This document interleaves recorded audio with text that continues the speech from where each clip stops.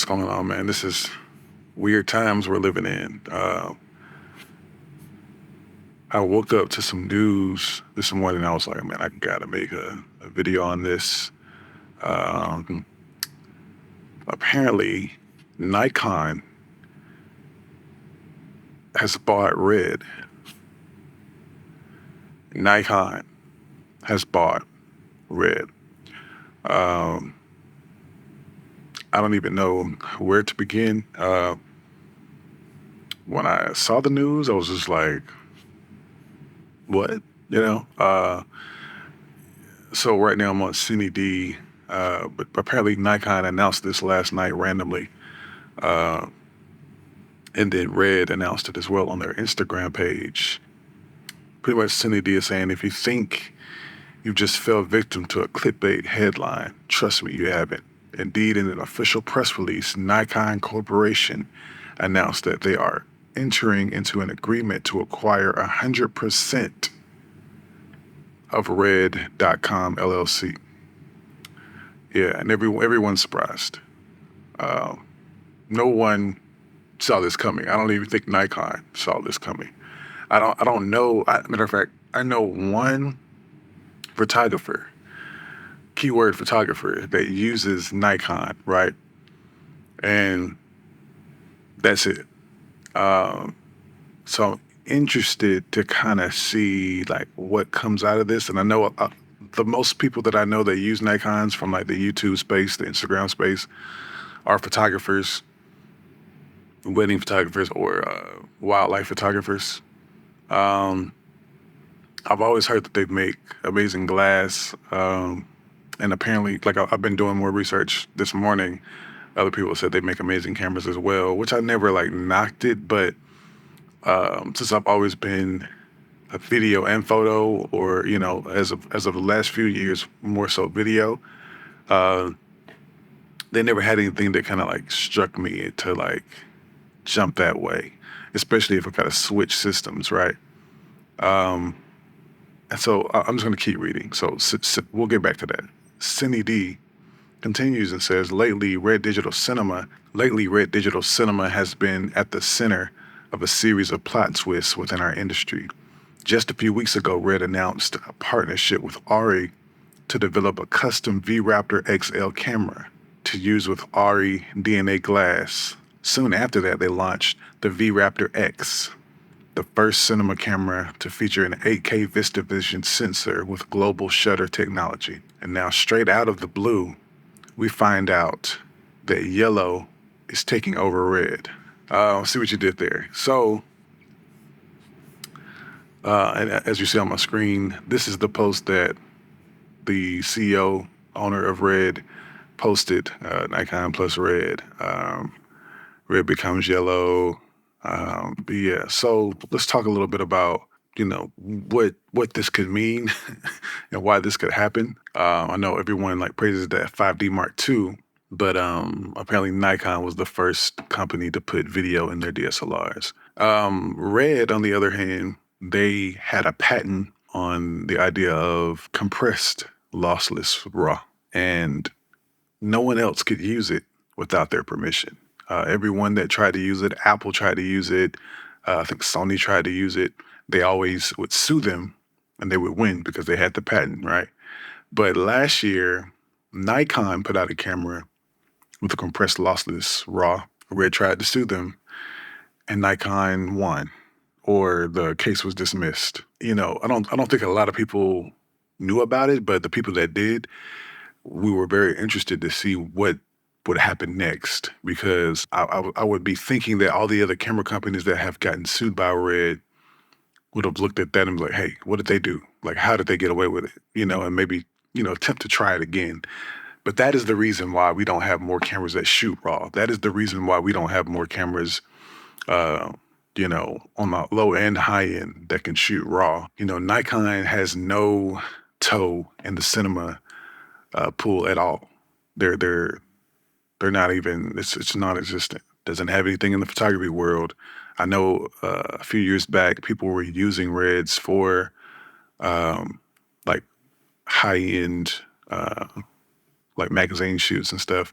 They would just roll on the camera and then let the model do a bunch of poses and all that kind of stuff. And then they would pretty much take screen grabs of the images. But I don't know if that's still going on per se, but this could be very interesting and it could be very bad. A lot of the other camera brands are probably celebrating right now, but they're also probably trying to like figure out, if they don't know already, like what's going on, what's happening next.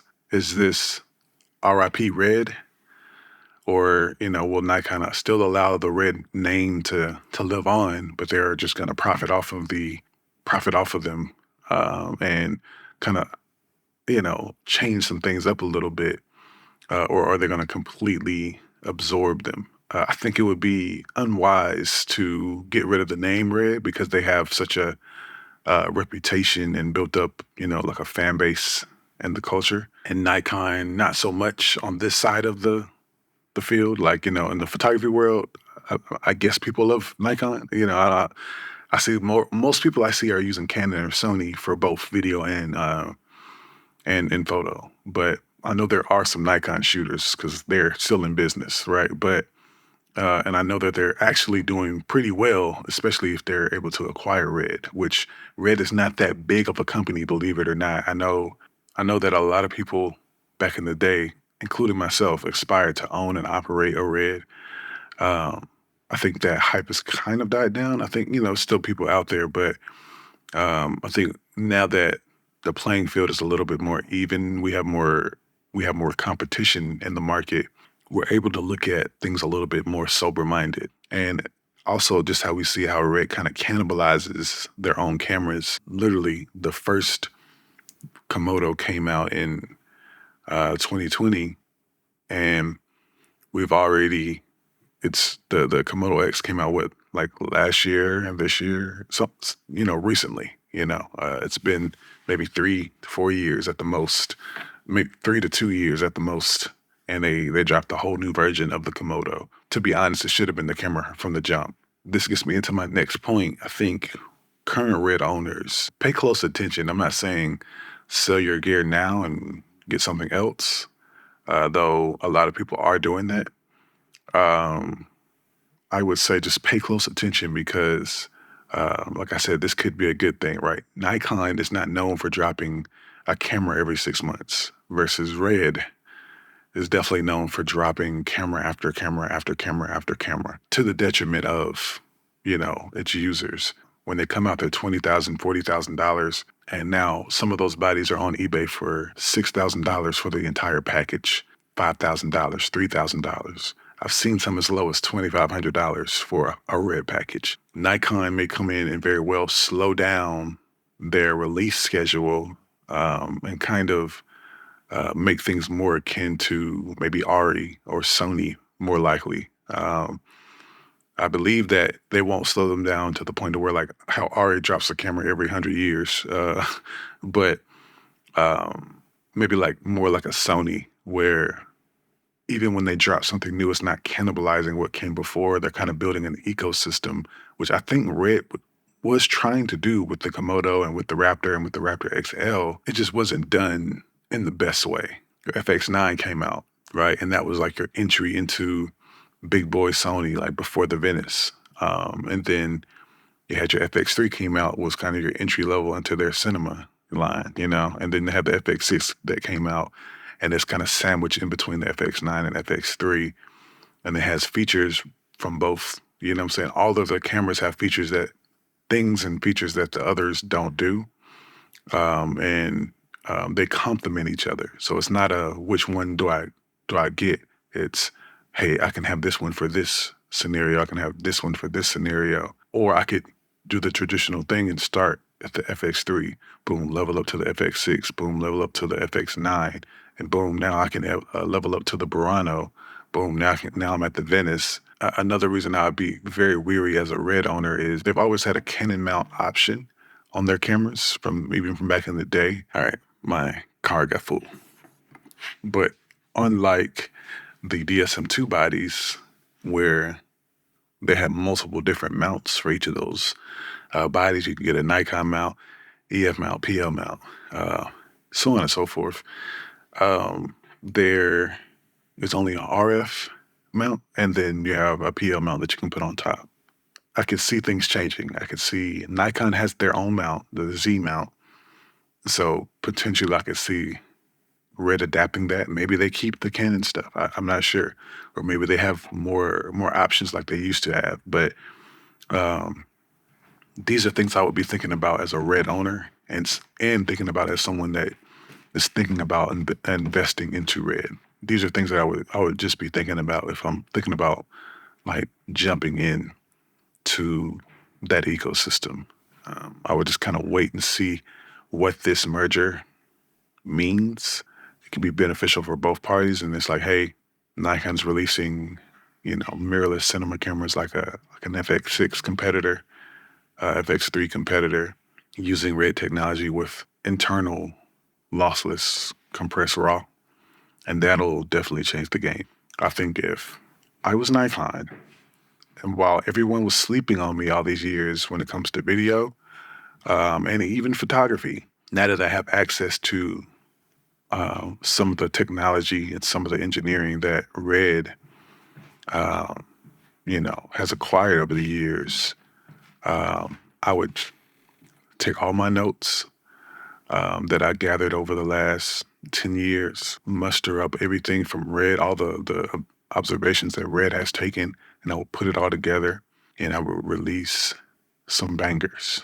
This could be very good for the market if they're able to release an ecosystem that makes sense and doesn't cannibalize uh, their other cameras. And even if in the meantime they have to cannibalize what Red has already built with their RF cameras, to me it just makes more sense. If I was Nikon, just make everything Z mount.